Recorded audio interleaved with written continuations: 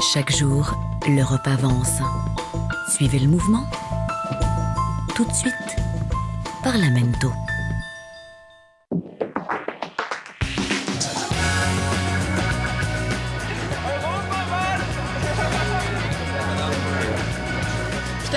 Je crois qu'en fait, de nombreux jeunes ne mesurent pas les avantages que représente l'Europe, car pour eux, l'Europe va de soi.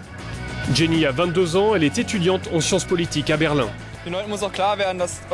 Les gens doivent comprendre que l'Union européenne a une influence considérable sur leur vie quotidienne. Et ce qu'ils ne mesurent pas forcément, c'est que le Parlement européen est la seule institution sur laquelle ils peuvent avoir une influence directe. Vincent, lui, a 19 ans, il est également étudiant à Berlin. C'est la première fois que l'un et l'autre voteront pour ces élections. Et leur souhait, c'est que tous ceux de leur génération fassent de même. Et pour cela, ils militent au sein d'une association, les Jeunes Européens Fédéralistes. Leur but, motiver les jeunes pour aller voter.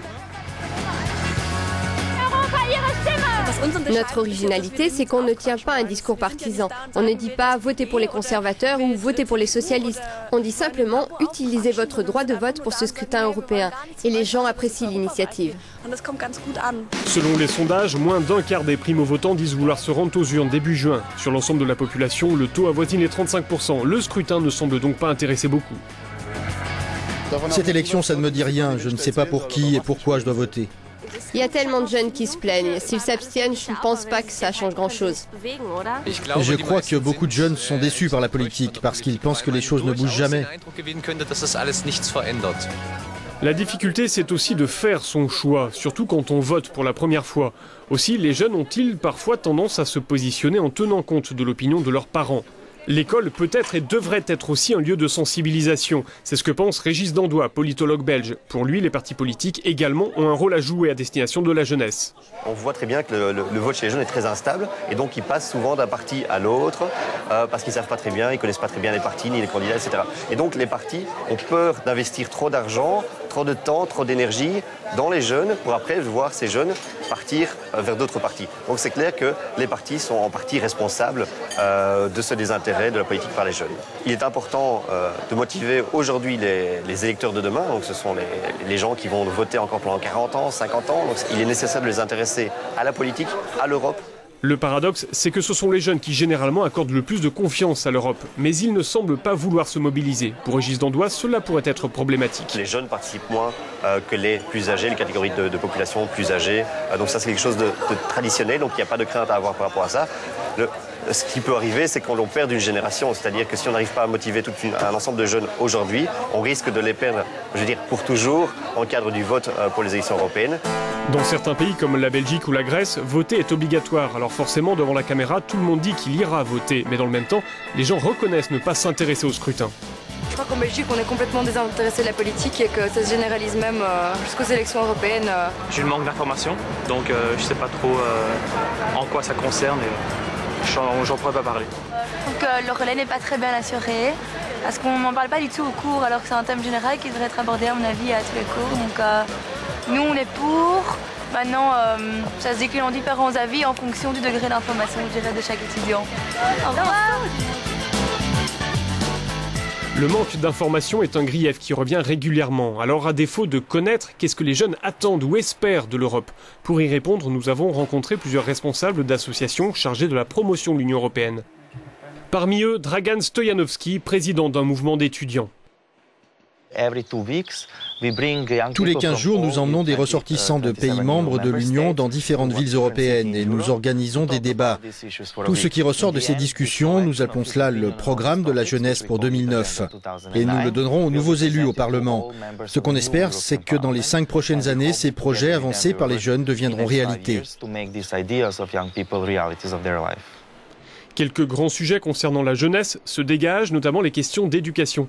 C'est l'analyse que fait le site internet cafébabel.com, un site qui se veut un forum sur l'Europe. Je pense que les sujets qui sont importants avant les élections pour les jeunes, c'est les sujets qui sont toujours importants. C'est l'éducation, en particulier aujourd'hui avec le processus de Bologne. On voit qu'il y a à travers l'Europe beaucoup de mouvements de jeunesse, de chercheurs. C'est l'accès à l'emploi. Avec la crise économique, il y a toute une classe d'âge aujourd'hui qui va être diplômée sans avoir d'accès assuré à l'emploi à la sortie. L'éducation, mais aussi l'énergie, l'environnement, de toutes ces questions, le Parlement est saisi. Mais il ne communique peut-être pas assez, estime la responsable de Babel Café. Je pense que c'est aussi un travail à plus long terme, c'est-à-dire travailler pendant 5 ans et pas seulement un mois avant les élections sur voilà, qu'est-ce qui a été fait par le Parlement européen. Pour mieux se faire connaître, notamment auprès des jeunes, le Parlement européen investit le champ des nouveaux médias, notamment les sites de partage très prisés comme Twitter, MySpace ou Facebook. Nous sommes à présent dans les locaux de Politik Fabrik à Berlin, une agence en conseil politique. Ses responsables ont sillonné les universités allemandes pour sonder les étudiants, savoir ce qui les motivait pour aller ou non voter aux élections européennes.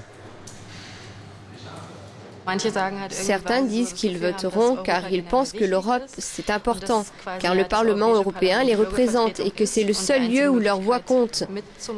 Pour d'autres, chaque élection est importante. Ils estiment que chacun devrait user de son droit de vote. D'autres, enfin, disent qu'ils votent car ils savent bien ce que leur apporte l'Europe. Cette agence en conseil politique a été créée il y a 7 ans. Sa philosophie, dire les choses le plus franchement possible, droit dans les yeux. Ce qu'on veut absolument éviter, c'est de communiquer sur l'ère du « tout est beau en Europe ». Tout ce qui est fait au Parlement n'est pas forcément positif. Il peut y avoir des scandales et des mauvaises décisions.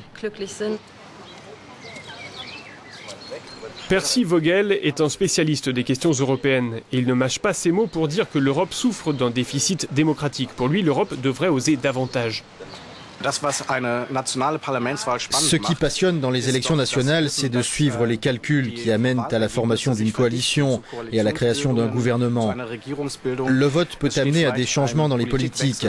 En fait, on mesure que les élus ont des comptes à rendre. Or, cela n'est pas le cas au niveau du Parlement européen. Percy Vogel a coécrit un livre intitulé « L'Europe, passant les citoyens ». Dans cet ouvrage, il plaide pour une participation plus directe. La participation aux élections augmente dès lors que les gens se sentent associés au processus de décision. Jusqu'à présent, l'Union européenne s'est montrée réticente à accorder davantage de pouvoir aux citoyens. Elle ne prend pas assez de risques en matière de démocratie. Les primo-votants iront-ils aux urnes début juin? Les prévisions ne sont guère engageantes. Les jeunes militants pro-européens ont beau vouloir donner une image plus dynamique de l'Europe, comme au travers de ce concert de hip-hop organisé à Berlin, cela ne suscite pas un grand enthousiasme. Mais ils ne baissent pas les bras. Évidemment, j'espère que beaucoup de monde ira voter, et notamment beaucoup de jeunes. Je dis cela aussi pour tous mes amis. Ce serait bien que cela devienne un événement auquel les gens participeraient avant d'aller prendre un café. Cela ferait une belle journée du mois de juin. Pour moi aussi, le plus important, c'est la participation. J'espère que tous mes proches iront aux urnes, quand bien même j'aurai à les traîner jusqu'au bureau de vote.